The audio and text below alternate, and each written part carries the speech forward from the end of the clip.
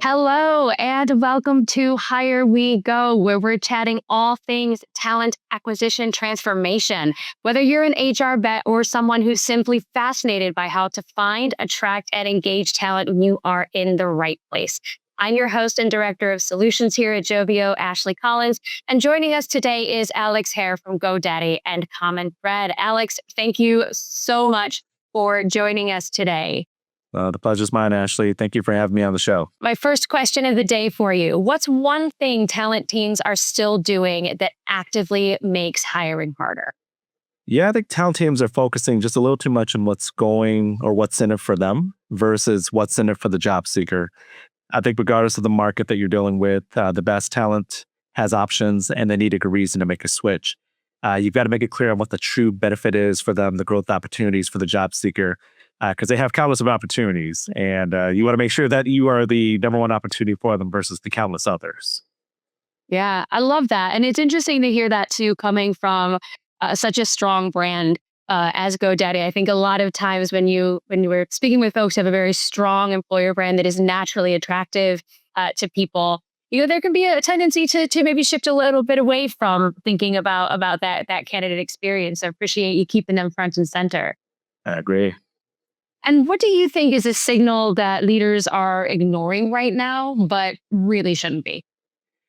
I think so. AI is being used quite a bit. I think there's, rightfully so. People are a little bit scared of that. They're not sure what to do. If they're going to be replaced. But I say embrace it and accept it. But be a little wary of when using AI when it comes to interviewing applicants, reviewing CVs during the interview process, because it's getting tougher to identify good applicants. And I mean, they can really do a good job. There's a lot of threat actors out there. So you want to be mindful of who's coming to the doors, make sure they're legit, but also, refine the processes so you can use AI correctly and really get a step ahead of the rest of the pack. Absolutely. And do you have any thoughts on, what to look out for? I appreciate being wary, but anything practical or hands-on that folks can leverage? I think in terms of AI, if you're getting applicants who just are not responsive, if people won't come on camera, it's a bit of a huge warning sign there. And I think on top of that, just using AI to make the process easier for people, because if you can speed up the interview process where, you're not having to have people use a lot of time to schedule interviews, to get testing done, but also to keep candidates warm. I mean, if there's a way to make that process easier, because I think everyone's trying their best, and some companies are great at that, some are terrible. There's always things that could be better, and I think AI does give you the ability to make things better for everyone involved. Yeah, and bit of a leading question here for you, I have a feeling, but what's one practice you double down on in 2026, actually, even if it is unpopular?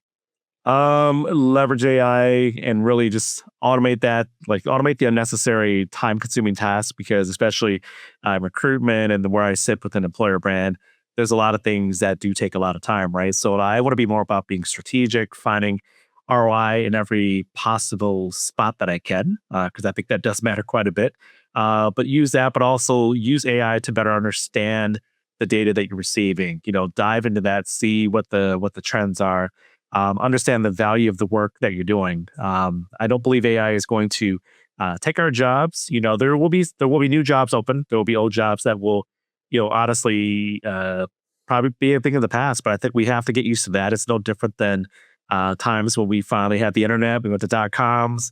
We all went through that automation there, and I think it's another journey, another exciting step ahead in the overall technology process for us.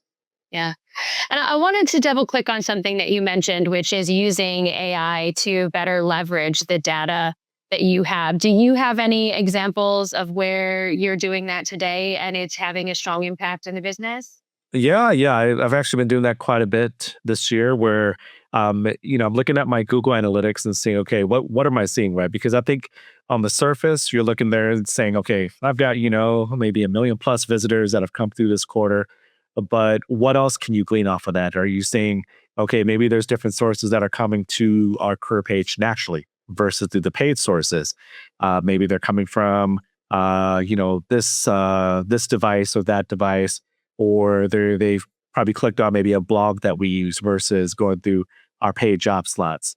And then looking at that and just the trends in terms of what you're seeing. Okay, what's the diversity of the traffic?